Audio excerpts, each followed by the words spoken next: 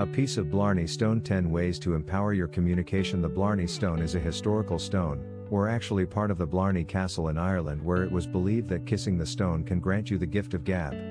Yeah, it seems strange in this day and age, but who are we to question tradition? It's not like I'm saying that Santa Claus doesn't exist. Oops.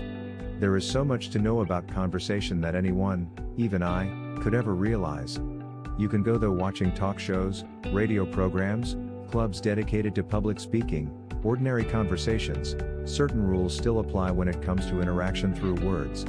It may sound tedious, I know, but even though it's your mouth that's doing the work, your brain works twice as hard to churn out a lot of things you know. So what better way to start learning to be an effective communication is to know the very person closest to you, yourself. 1. What you know.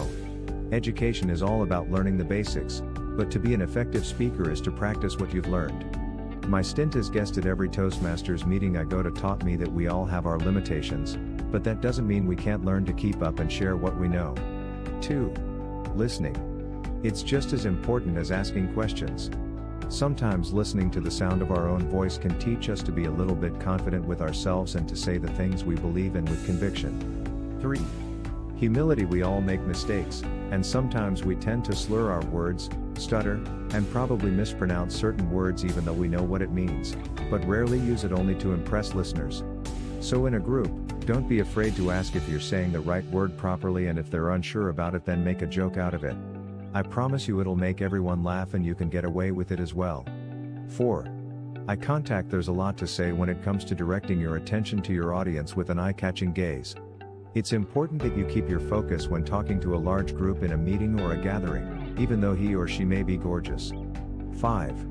Kidding around. A little bit of humor can do wonders to lift the tension, or worse, boredom when making your speech. That way, you'll get the attention of the majority of the crowd and they'll feel that you're just as approachable, and as human to those who listen. 6. Be like the rest of them. Interaction is all about mingling with other people. You'll get a lot of ideas, as well as knowing what people make them as they are. 7.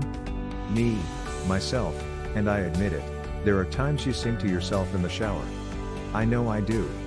Listening to the sound of your own voice while you practice your speech in front of a mirror can help correct the stress areas of your pitch. And while you're at it, you can spruce up as well.